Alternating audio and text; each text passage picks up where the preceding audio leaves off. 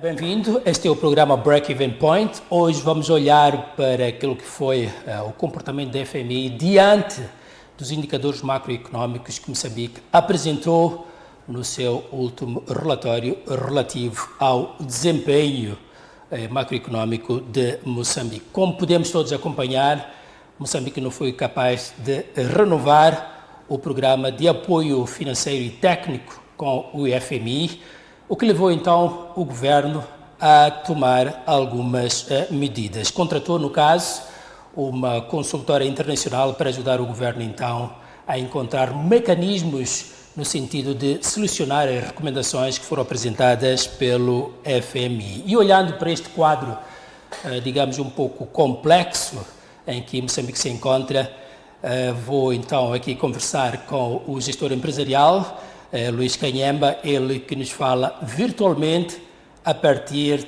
da vila de Songo, na província de Tete. Bem-vindo a este espaço, doutor, e queria lhe colocar a questão que é crucial neste momento a apresentar-lhe, que tem a ver com aquilo que foi a posição do FMI diante das necessidades de Moçambique. Doutor, na verdade, o FMI terá recusado então conceder esse programa de apoio financeiro e técnico a Moçambique? Muito boa noite a todos que nos seguem e especialmente a si. De facto, o FMI raramente faz recusas formais. O que aconteceu foi a não conclusão do acordo, portanto, devido a algumas preocupações. Dentre as preocupações, eu iria apontar a questão da sustentabilidade da dívida. Portanto, o FMI considera que a questão da dívida moçambicana, ou do serviço da dívida, se preferirmos, é um risco.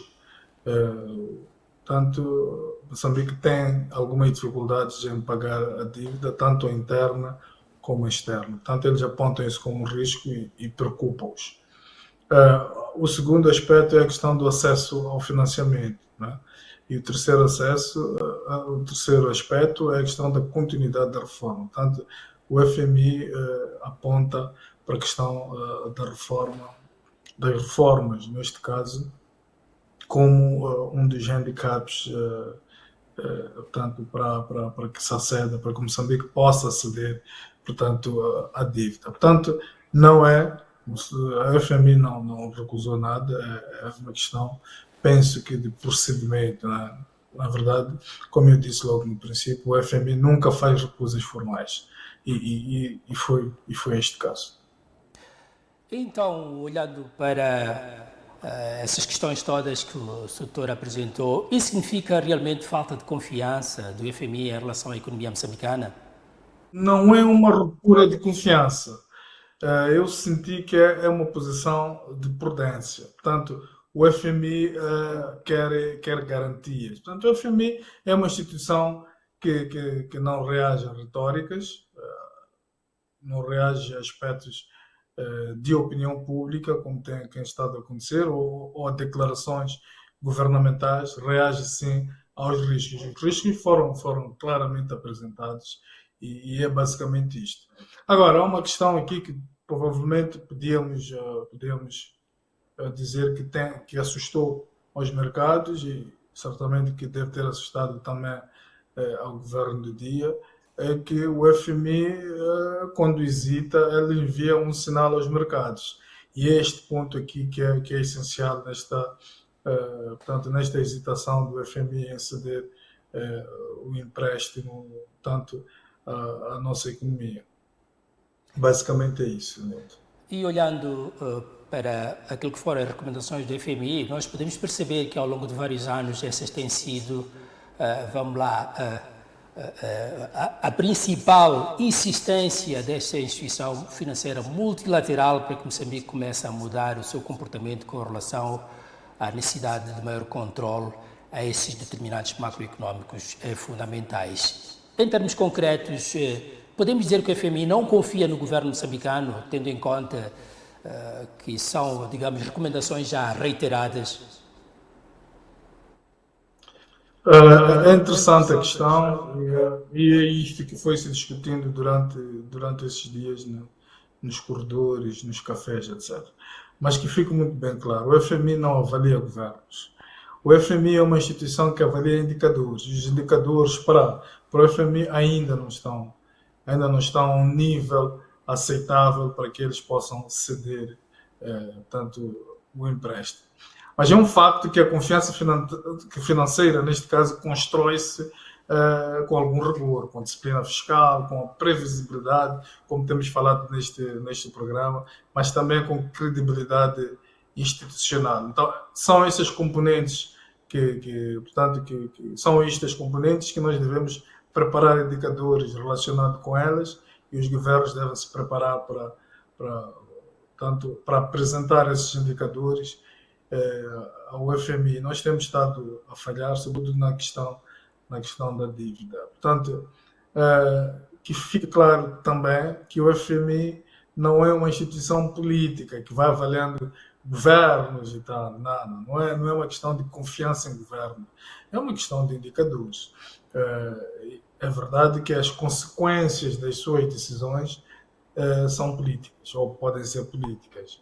Naturalmente que a opinião pública, ao ouvir que o FMI tanto hesitou na cedência do crédito, a opinião pública olha para o governo e avalia o governo, mas não o FMI. O FMI não faz isso. O FMI avalia indicadores e, infelizmente, neste momento, alguns indicadores do nosso país, macroeconômico, sobretudo, ainda não estão ao nível daquilo que a FMI pretende. E eles deixam recomendações, e foi isso que aconteceu. Portanto, não há aqui alarmes bastante do ponto de vista de aceitação ou não de um governo. Não é nada disso que faz o FMI, mas já sim alarmes do ponto de vista daquilo que nós estamos a fazer com a nossa economia, macroeconomia sobretudo, e como é que nós podemos avançar. O perigo, repito, é a questão da dívida. Há um problema sério na gestão do nosso serviço da dívida. Sabe, por exemplo, que só a nível da dívida interna nós estamos quase a cerca de 90% do PIB. Portanto, os bancos comerciais começam a ficar sufocados com a dívida tanto do Estado em relação nos bancos comerciais moçambicanos. Então são estes indicadores que assustam o FMI e eles recomendam. E foi isso que eles fizeram e não é a primeira vez que fazem. E o fazem não só em Moçambique, como em outros países em desenvolvimento com quem eles têm relações.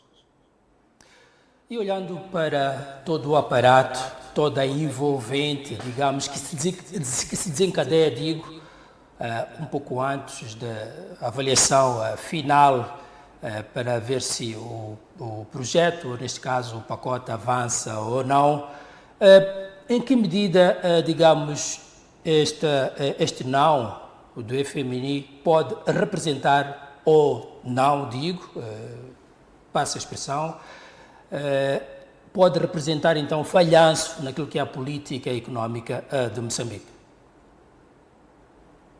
Ainda não houve um não. Portanto, ainda não há recusa propriamente dito, como nós fomos vendo. É uma situação de hesitação do FMI neste caso. Isso representa um falhanço da política económica. Eu diria que não necessariamente um falhanço, porque o processo ainda está em andamento. Este e outros. E a política económica moçambicana não é só sobre a FMI. Não é? Portanto, diria que não necessariamente um falhanço. Agora, naturalmente que revela algumas vulnerabilidades estruturais antigas, não é? E nós temos falando neste programa, e outros analistas também têm falhado. E quais são? Basicamente, a questão da base fiscal limitada. Está claro que é preciso que nós como país, alarguemos a base tributária. Não há dúvida nenhuma que este é de facto um dos handicaps.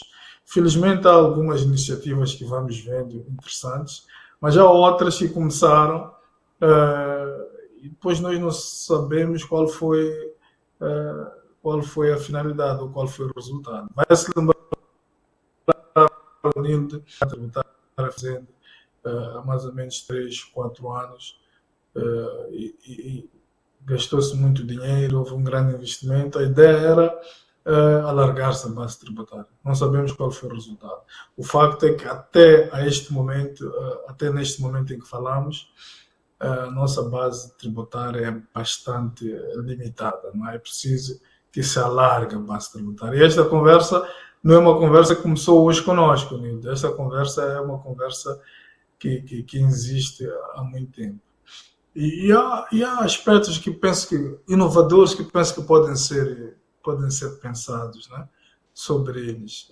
Por exemplo, não há razão nenhuma da base tributária, ou diria, das cobranças de impostos serem ao mesmo nível para todos, por um lado. Por outro lado, podia-se inovar para trazer mais, tanto, mais cidadãos tanto para pagar os impostos, podia-se pensar em iniciativas inovadoras, impostos bastante baixos e que possam atiçar o volume, tanto possam atiçar os cidadãos a estarem lá. Por um lado. Por outro lado, é preciso que haja um esforço para que o cidadão perceba que tem vantagens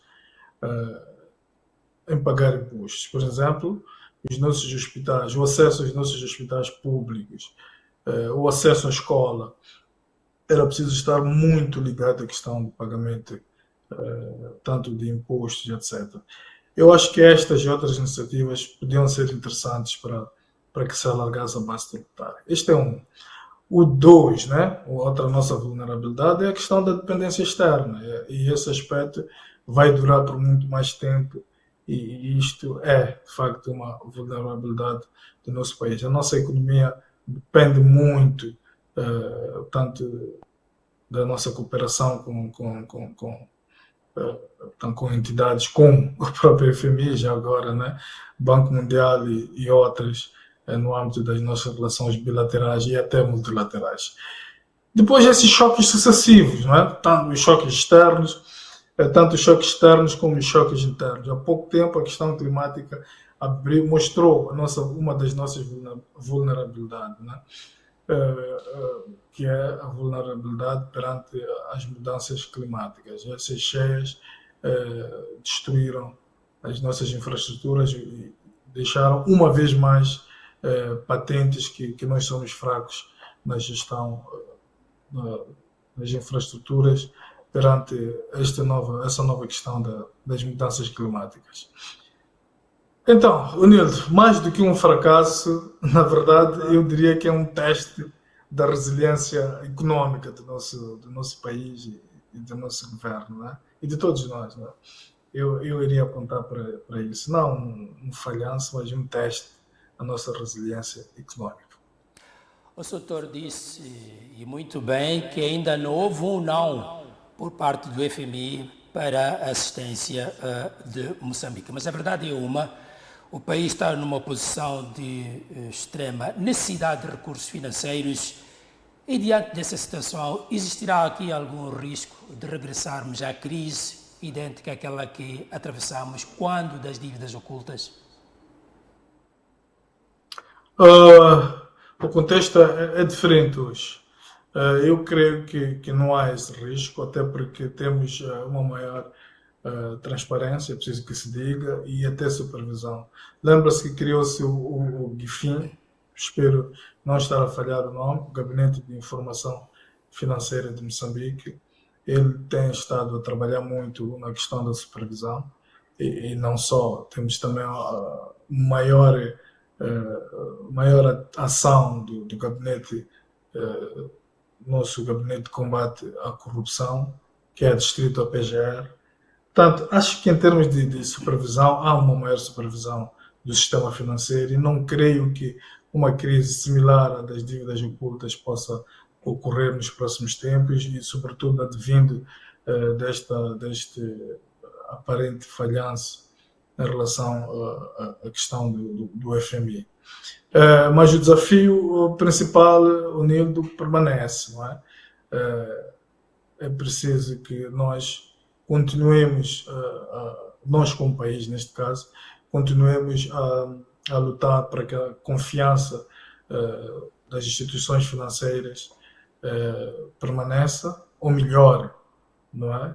É verdade que a confiança, esse processo de construção da confiança, né, demora anos a construir, mas creio que pode-se perder rapidamente, como aconteceu com a questão das dívidas ocultas. Perdemos confiança. E é preciso que se diga isso, né? Então, o processo de construção dessa confiança, ele tem que estar lá. É preciso que os nossos processos sejam cada vez mais transparentes e que a supervisão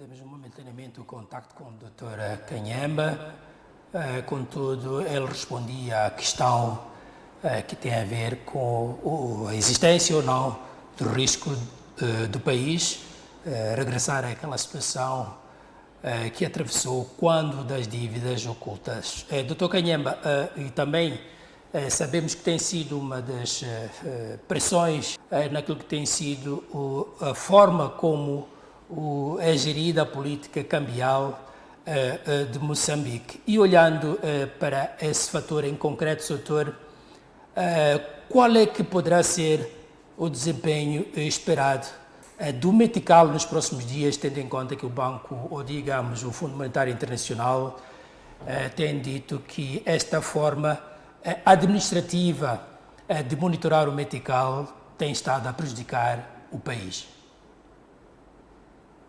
É interessante que um dos elementos que foi levantado ali foi a questão de tornar tanto o metical, o câmbio, não é? Ou a taxa cambial, tanto elevar a fasquia da taxa cambial e, como se disse, levar a taxa para aquilo que é de facto a realidade. O facto é que ensaios feitos apontam, pelo menos na discussão com o FMI, para que o metical, ao invés de estar a 64, penso que é 64, 65, passe tanto a cada dólar a custar cerca de 90 meticais. E naturalmente que acontecendo isso há este risco de desvalorização, não é? Portanto, não há dúvida nenhuma.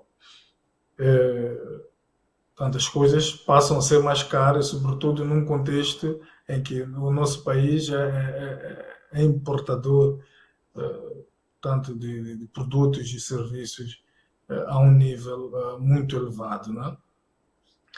Agora, eu creio que o grande desafio que o Banco de Moçambique está a enfrentar nos últimos anos deve continuar, não é? É preciso portanto, que haja estabilidade, que continue a haver essa estabilidade, e para isso, naturalmente, todos nós sabemos que a estabilidade vai depender de 3 ou 4 fatores: das reservas, preciso que haja cada vez mais reservas, das exportações, portanto, precisamos de exportar cada vez mais para trazer as divisas, e também do investimento externo, então precisamos de mais de injeção de mais dólares. É preciso que isso aconteça. Há um dilema, e esse debate tem estado a ver também nos últimos tempos. Vai reparar que diz nos corredores que os bancos comerciais, por acaso, até têm divisas, mas não tiram divisas porque a taxa atual não é verdadeira, é administrativa, como você disse, e creio que muito bem. Portanto, eles não querem vender o dólar num preço que não é real, não é um preço de mercado. Portanto, o dólar, eles preferem ficar com os dólares do que vender o dólar a 64%. Então, disse que aumentando a taxa para cerca de 64% não, 64 meticais. Então, disse que aumentando a taxa para 90 meticais, aí os bancos vão inundar os mercados com os dólares que têm guardado. Não sei se isso é verdade. Se isso for verdade, creio que há qualquer coisa que tem que ser vista, não é? Mas o mais importante é que o país continue a lutar pela estabilidade do metical, até para evitar que haja uma inflação incontrolável, mas sobretudo para evitar que os produtos básicos eh, estejam mais caros. Significa o quê? Significa que, como nós importamos até trigo, significa que o pão vai ser mais caro. Importamos combustível, significa que o combustível vai ser mais caro, porque o dólar, naturalmente, vamos precisar de mais meticais para comprar um dólar. Então, é isso, não? Mas não gostaria de terminar antes de lhe colocar esta questão que tem a ver com aquilo que poderá ser o papel do gás natural nesta equação de procura, então, de proteger o metical e, se calhar, de aumentar ou incrementar a oferta de divisas no mercado.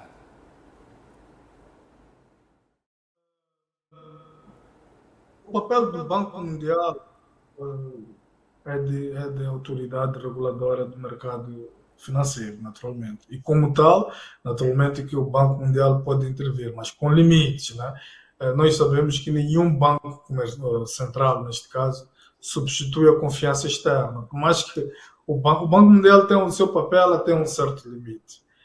Mais do que isso, somos todos nós, é o governo principalmente, é o Estado, que tem que fazer um esforço portanto, para trazer confiança. E não é o banco comercial que vai substituir portanto, esta confiança externa. São as ações, é a política econômica que nós vamos optar por ela, mas é sobretudo a transmissão da ideia de que o país é transparente e é sério, sobretudo. Não é?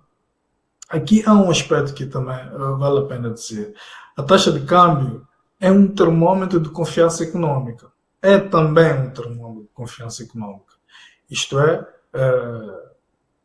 naturalmente que para comprar um dólar precisamos cada vez mais de meticais, começa a haver alguma desconfiança, sobretudo no exterior. Mas mais do que isso, ainda que a taxa de câmbio passe para 90 meticais, 80 ou sei lá quantos, é preciso que o Banco Central, diria, faça um esforço no sentido dela manter-se. A estabilidade da moeda é muito importante para a confiança econômica. Por isso que eu dizia que a taxa de câmbio é também um termômetro de confiança econômica. Eles olham e veem como é que está a taxa de câmbio e tomam decisões sobre o investimento ou não naquele país. Se temos um país em que hoje a taxa de câmbio são 64 meticais pelo dólar, amanhã são 75, e depois volta a 64, depois vai a 90, naturalmente que isto aqui mina a previsibilidade da taxa e é óbvio que o investidor começa a ter dúvidas sobre esse mercado, não é? Isto é, ele faz as contas, ele percebe que para ter tanto um certo serviço ou um certo produto vai precisar de tantos dólares, mas quando começa a perceber que é difícil perceber quantos dólares ele vai precisar ou quantos meticais, ao contrário, ele vai precisar para comprar um produto, aí naturalmente que a decisão de investimento começa a ser duvidosa. É daí que nós temos o banco para intervir naturalmente dentro dos limites. A sua teoria ainda insiste nessa questão, é mesmo para fechar com relação àquilo que poderá ser, vamos lá, a interferência, neste caso a influência do gás natural, das receitas do gás natural, nesta equação de tentar dinamizar o mercado cambial e procurar proteger o metical desta pretensa desvalorização da moeda nacional. O gás natural está lá, não é? Os projetos já começaram. Entretanto, o gás natural, ele por si só, tem potencial para apoiar na estabilidade vertical, porque naturalmente, vamos exportar e vamos ter mais dólar. Tem potencial.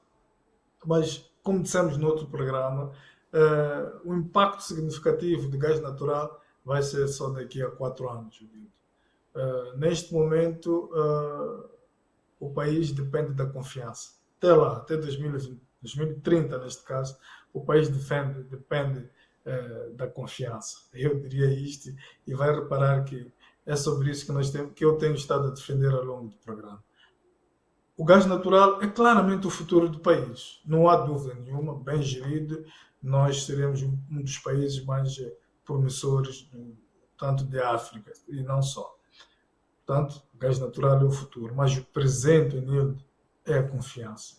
Nós temos que exalar, nós temos que transmitir confiança aos mercados, através da transparência, através de uma supervisão bastante rigorosa e através da nossa capacidade de demonstrar que, sim, o país tem potencial, tem pessoas, tem um governo sério e estamos aqui como país para receber os investimentos, quer sejam do FMI, quer sejam do Banco Mundial, gerir de forma bastante rigorosa, apresentar resultados.